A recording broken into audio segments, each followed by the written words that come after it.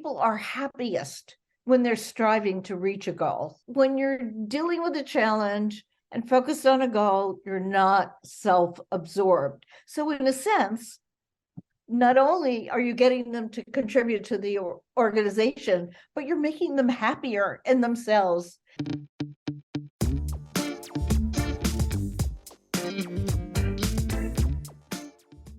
Our next guest wrote a book that shook the foundations of us here at One Huddle. A lot of our team got to read it, and a lot of our team enjoyed so much of what it had to say. And there were also a bunch of perspectives that were heavily debated. And it's for that reason we wanted to be joined by Hara Estroff Marano, editor-at-large, Psychology Today magazine, contributor to the magazine's advice column, Unconventional Wisdom. She's also the author of the book, A Nation of Wimps, The High Cost of Invasive Parenting, as well as the book, Why Doesn't Anybody Like Me? A Guide to Raising Socially Confident Kids. Marano is an award-winning writer and editor-at-large for Psychology Today. Her articles have appeared in many other publications, including the New York Times, Los Angeles Times, New York Magazine, USA Today, Smithsonian, and Ladies' Home Journal. In 2001, she created Psychology Today's Blues Buster, a newsletter dedicated to identifying and documenting the mental health crisis on American college campuses. As a result of her reporting, she was invited to join the Bringing Theory to Practice project, which seed funds innovative solutions to the collegiate mental health crisis. So why are we talking to Hara today? Well, as we talk about the future of work, we've always believed that it's important to span all corners of the workforce in the discussion. So it's been important that we have economists, that we've had government officials, that we've been joined by C-level executives, that we've been joined by collegiate coaches, and in this case, Hara and her background, as we think about parents' role and how the effects of early childhood education and parenting, what kind of effect they can have on the future of our workforce. We talked about trends like quiet quitting for all of us to remember, and we talked about labels like Gen Z and millennials. We want to talk about what companies can do right now to better prepare themselves for young people entering the workforce. And we also, most importantly, wanted to talk about her book, A Nation of Wimps, which, on top of having a great title, talks about a variety of topics, like the fact that 40,000 U.S. schools no longer even have recess, and the point that there's this concept of snowplow parents today who work to clear the path for kids, pushing obstacles out of the way, and essentially make it their job that their children travel as smoothly and safely as possible. We wanted to talk, that's a big part of her book. Talks about the power of play and how play is critical neurologically to development. I thought there was a direct correlation to how we think about training and development programs. And again, in the book, a ton of research supporting the effects of the way that we are raising, teaching, and parenting young people. And it opens the question, are we doing it correctly? Are we providing our young people with the most opportunities to be successful? So, hey, I'm done talking. Like, it's time for you to hear what Hara has to say. Let's bring it in.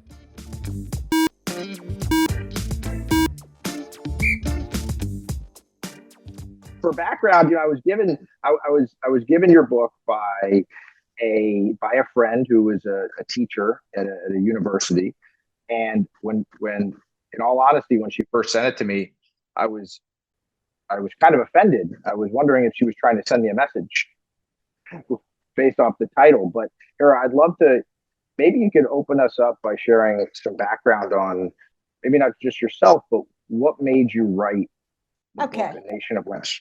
I didn't plan to write A Nation of Wimps. I was at Psychology Today. I was putting out a newsletter on depression for Psychology Today, in addition to working on the magazine.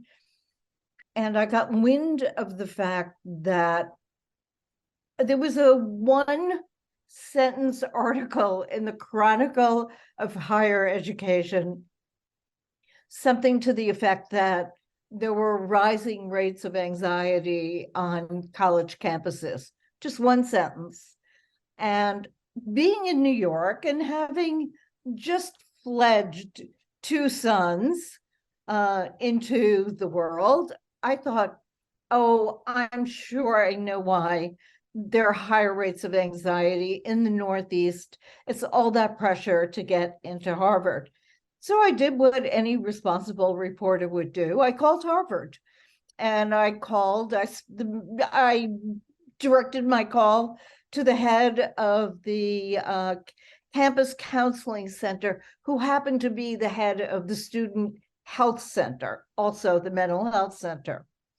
And I spoke to him and I said, I understand that rates of anxiety are rising. My hypothesis is that this is a phenomenon of kids in the Northeast all going to private school and trying to get into Harvard. And he quickly corrected me and told me that, no, this is a national phenomenon. It's been happening for a couple of years. And I asked him what every journalist knows to ask is, how do you know what you know? And so I said to him, well, how do you know that this is happening all over the country? And he said, I'm on a listserv of campus counseling center directors. And that was in my notes. But he assured me that this was a universal phenomenon in all of North America. It later turns out to be even wider than that. But when I got off the phone, I was looking at my notes, and I saw that he said he was on a listserv. I called him back and I said, can I ask you a question on your listserv? And the answers can come to me. Just one question. I woke up the next morning and 500 emails told me the same thing. Why were kids showing more anxiety and depression, which are kind of two faces of one coin? And that became a very rich gold mine of information. And what I did was, so this was in 2002, early 2002, and I devoted an issue of my newsletter to crisis on the campus. It made national headlines. Rising rates of psychological problems, serious psychological problems among students, not just I'm homesick, I don't like my roommate, but in the beginning of really serious disorders. And I explored that, I thought, thoroughly. And then in 2004, I decided to go back, and I went back to all my sources, discovered that the rates were rising very quickly, and the symptoms people were showing were even more serious, like self-harm, and rates of suicide, serious depression were really rising and of dramatic concern to people. And then I began asking why, and I got the same answer from absolutely everybody. This cohort is very different. They come to school with no coping skills. Their parents have pushed them to get into some brand name college. And in the course of doing so, they've taken all the lumps and bumps out of life for them so that they will just be able to achieve very quickly and very easily. And no one realized, of course, what the downside of that is. And the downside became my book. I didn't plan to do the book. I was just besieged by offers to do it, and to answer the question, why is this happening and why is it happening now?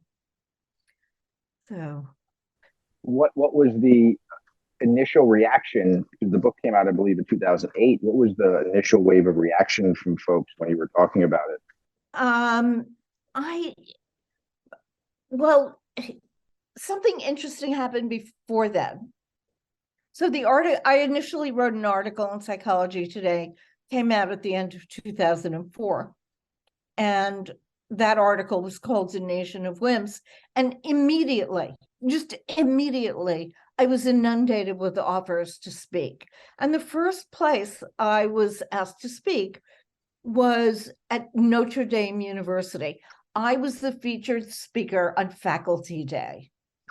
And that to me was a revelation, because I heard from so many people on the faculty.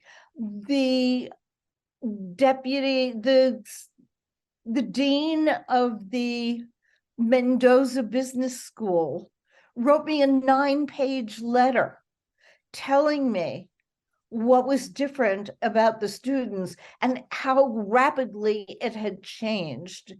And the students needing to know all the answers in advance. There was no toleration for uncertainty. It showed up in many, many ways. Parents were constantly intervening. But the most interesting thing, the first person to ask me a question when I finished was the head of athletics at Notre Dame. Now, can you think of anyone closer to God than the head of the athletic director at Notre Dame? And this was a theme that I heard constantly from coaches. Coaches became like my first audience, because in working closely with students, and the results of their decisions being immediate, does my kid play or not play in the next game, they were getting a lot of interference from parents. They could see changes in the nature of the kids and the emotional composition of the kids, and they were also suddenly being inundated with calls from parents. So the head of the athletic director at Notre Dame told me something that I wound up passing on every time I went to a school, and teachers would pull me aside and ask me for any hints. What can we do to stem this epidemic? In asking me a question, he also told me that how he dealt with this intrusiveness of parents was that he literally told every student, if I get a call from a parent, you're benched for the next game. That's a pretty effective way of handling things. I don't think that other professors would have the leeway to do that. I think they would be benched by the university. That's another thing that has happened. So these are all kids being turned out into the workforce, and they've been protected. People have argued on their behalf. When they get something they don't like, when they get an evaluation they don't like, when they get a grade they don't like, it isn't something that they internalize. It isn't something where they say, oh my, I need to do better work. Where are my strengths? Where are my weaknesses? It's no, I'll have my parent call and get my grade changed. I mean, that would have been totally unheard of, not only in my cohort, but my kids. I mean, it would just be unthinkable. But we have now 20 years of this, and they're being fed into the workforce. And I'm sure you've seen them, I've seen them, and it's really quite stunning. Their fragility has all kinds of implications, and not just for the workforce, but for democracy, because you have to be a very self-coherent, self-functioning, self-directing person, able to make up your mind in order to carry out the most basic task of democracy, which is to vote. So there are implications all up and down the line for this. What do you think about today when you hear, for the last 3 years with COVID, you had great resignation. Then they have, I lose track of all the sayings, quiet quitting, boss loss. Now the new one is quiet hiring, I heard Right. 2 weeks, right? Yeah. Very quiet. I guess, is there a connection between these trends and, over the last 2 decades? How do you think about it? Well, I think to some degree there is certainly some resonance with quiet quitting. Because to some degree it reflects indecisiveness. To some degree it's not making a move, but just doing the minimal amount of work to stay where you are, to protect yourself, and doing the minimal amount of work. Number one, there's a lack of commitment in there. That's very much a characteristic of these people, of this generation, given this kind of upbringing. I do want to qualify it and say that this is not true of 100% of the cohort. This is what I'm talking about is largely a phenomenon of the middle and upper class. The segment of society that knows that its kids are going to go to college, that knows from even before birth, because getting into college is the focus of their push and of their anxieties. And that's where it mainly shows up. And because the college, a brand name college, becomes important, it's a it's sort of a marketable brand that somehow certifies you to be of use and to be marketable in the job market. So I want to make it clear that that there are segments of society that are not overparented.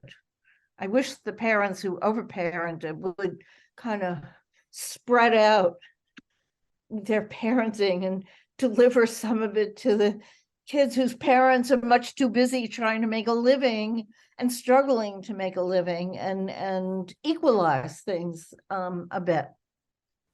I think about managers today in the workforce who are hiring young people out of college.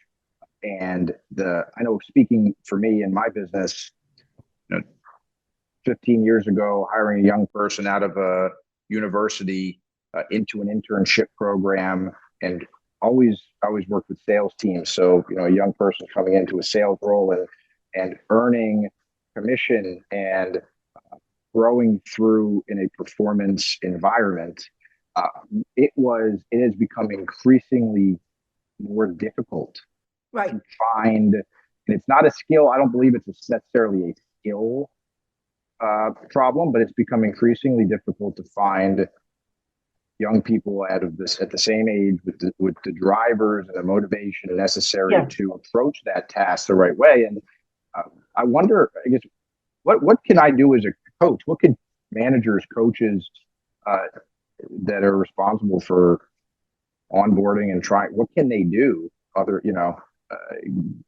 given these experiences that they can't go back in time and adjust? No, they can't. So there are several things that they can do. And one is where they look in the hiring pool. And I'll tell you a great conversation I had. I was on a plane going out to Los Angeles to give a talk. And seated next to me was a woman who was a senior VP at Goldman Sachs.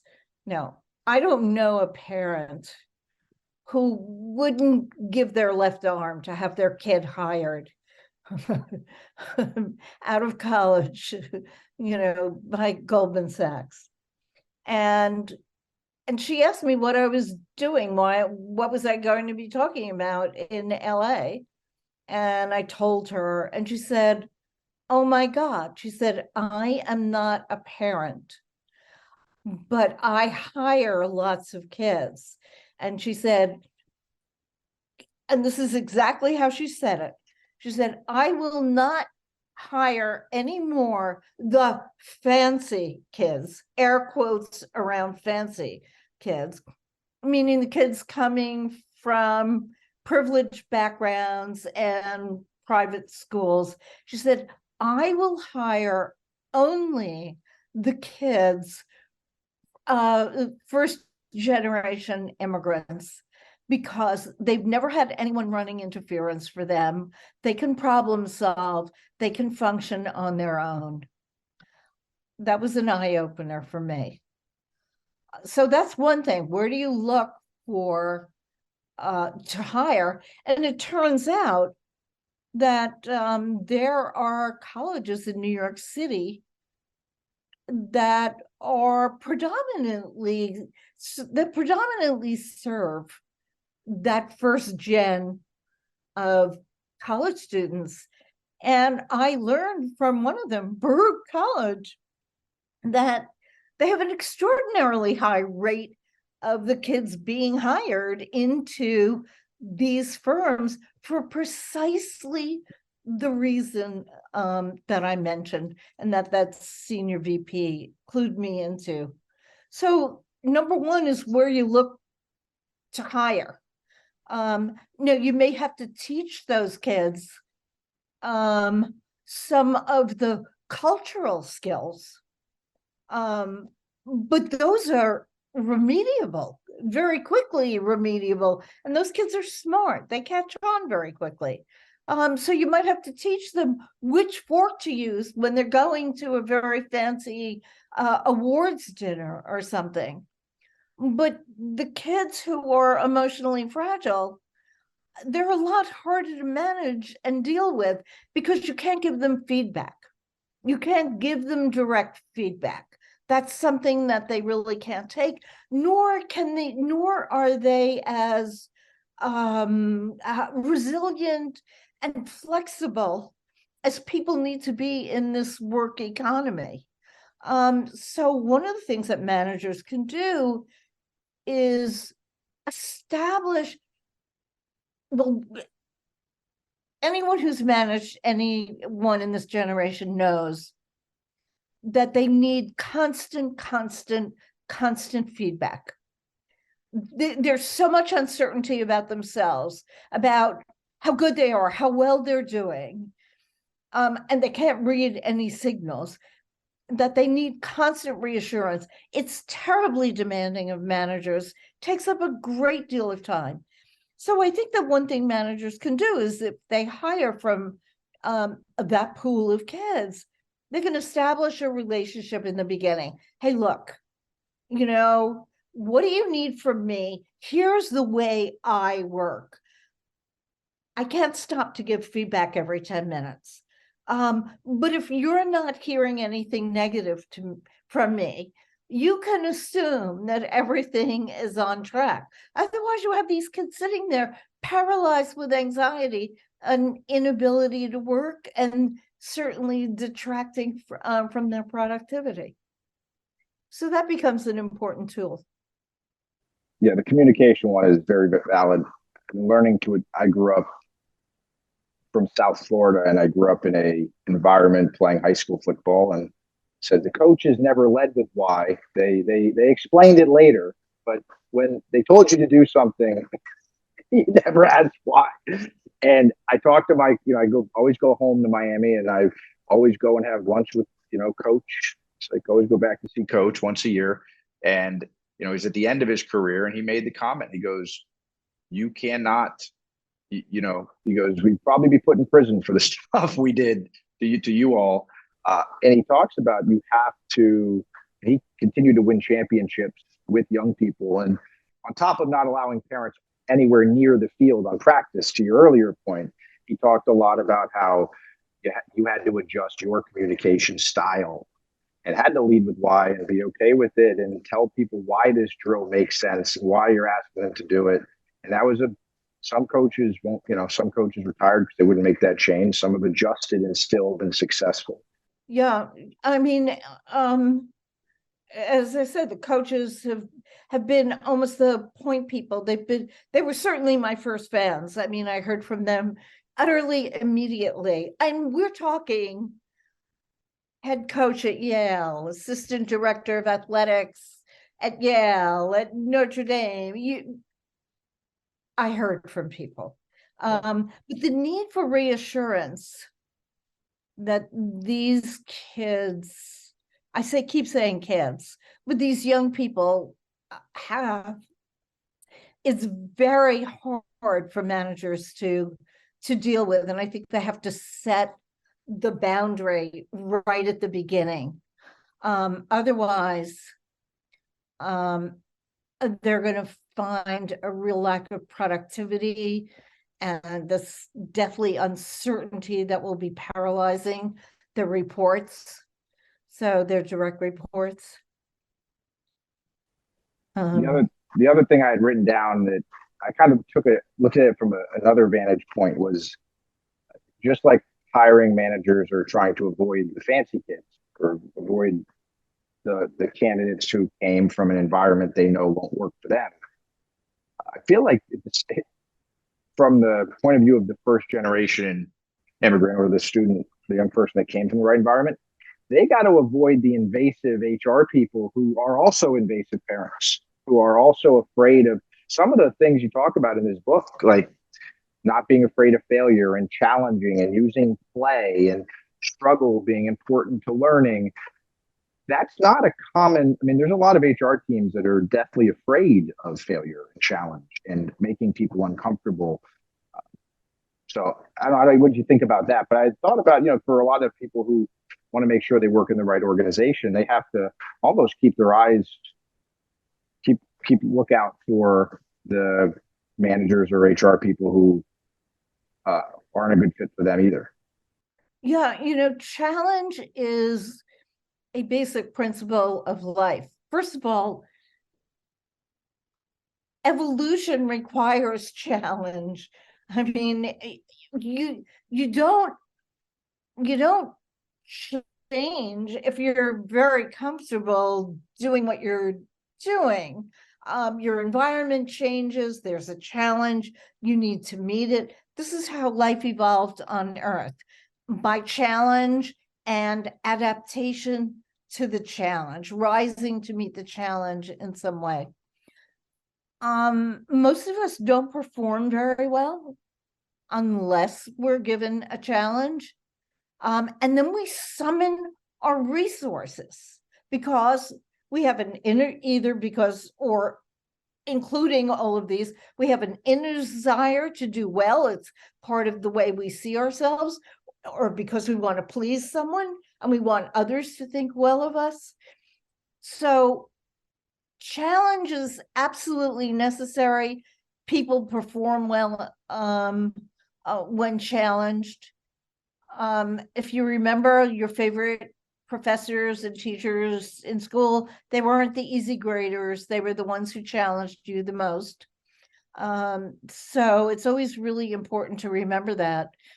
And it may be hard for managers to find that exact, that sweet spot of challenge, but it's very important to challenge people. And there are several benefits to doing so. So when people are challenged and they're focused on a goal, first of all, people are happiest when they're striving to reach a goal. Number two, this is a generation that is so self-focused, it's pathetic. When you're dealing with a challenge and focused on a goal, you're not self-absorbed. So in a sense, not only are you getting them to contribute to the organization, but you're making them happier in themselves. They may not realize it right away, but them taking their eyes off themselves, giving themselves some relief. I think about all the stories that my best teachers and coaches taught me when I was growing up. And it's when I've said to people, it's almost like when you use these, I feel silly at times using some of these stories because I feel like everybody should know them, or these motivational, or these quotes, or these concepts around being a team. But I think it's true. Given technology, given the upbringing, given the moment, you said, get your eyes off yourself. Some of those stories or concepts are, it's like you just reinvented you reinvented something never seen before. And people want to be I feel people want to be a part of a team if you create the right environment for them to be a part of it. That's great. Our last question. I appreciate you being so gracious with your time. We're talking a little bit about future of work. My final question for you is, what is your hope for the future of work? Wow. Well, like a whole lot of other people, I'm interested in AI. ChatGPT, of course, is somewhere among the top layers of my mind right now. Especially, I'm in the world of writing, journalism, reporting, and ChatGPT is a big deal. So what are my concerns? I don't think the need for people is going to go away. The funny thing is, my editor-in-chief, just the very day that ChatGPT was announced, my editor-in-chief had ChatGPT answer some question for her. Unbeknownst to me that she had done that, she showed me that product and she said to me, "What do you think of this?" Because we were talking about the topic. I had no idea this was from ChatGPT, and I read it, and my immediate response was, "This is so anodyne. This is just boring. This is flat. It's accurate, but how dull can you get?" And I think we need to remember that. We all respond to personality, to flavor, experience, your anecdotes. These are all the human elements that draw us in. I think there's always going to be a need for that. Managers are always going to need to motivate people, and you motivate people with real stories of real people and real experience. So I don't think that's ever going to go away. But I do hope that we can find a balance, and that people just don't get too obsessed and too overwrought. With the advent of AI, I'm sure it'll find its place for the routine tasks where it belongs. But I think it's really very increasingly important to have analytic skills, to have conversational skills, to have managerial skills, to have really good coping skills, to have flexibility and adaptability, and to be able to sum up information, abstract, and express things really well. The need for that is never going to go away in any organization. So I hope that people recognize that, and I hope they reward people for that as well. And that would be an achievement if we did that. Hara, thank you for taking time and joining us today. Thank you. Take care.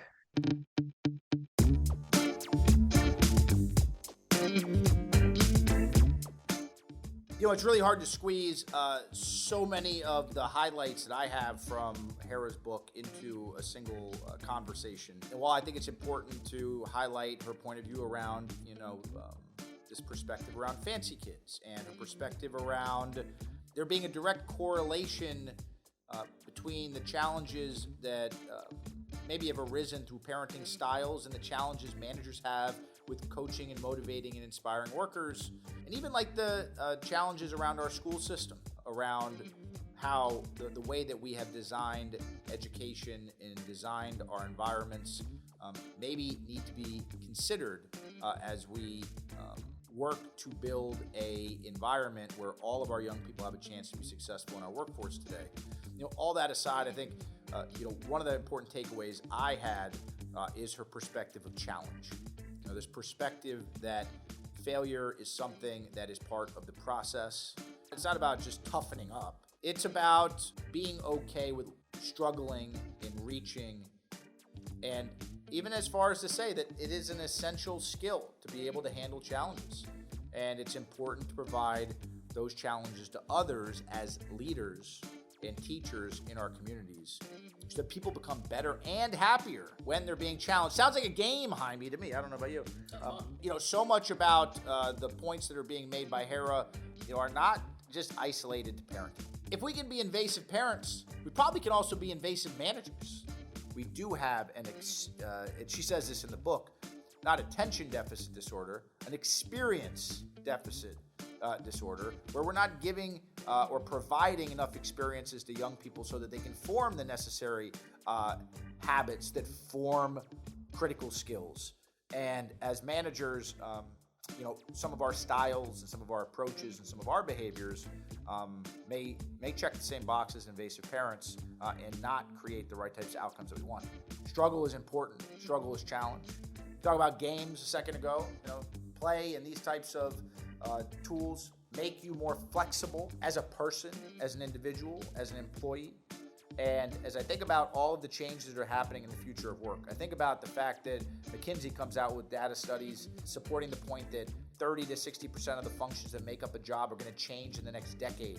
It tells me that the speed at which change is happening faster and faster and faster. And we need to not just build better curriculum or training programs, but we need to invest more in people so that they can be flexible and they can adjust and they can adapt and they can change as the world around us changes. Thank you to Hara for joining us on this episode. And if you haven't already, head on over to your local bookstore and ask them for A Nation of Wimps, The High Cost of Invasive Parenting.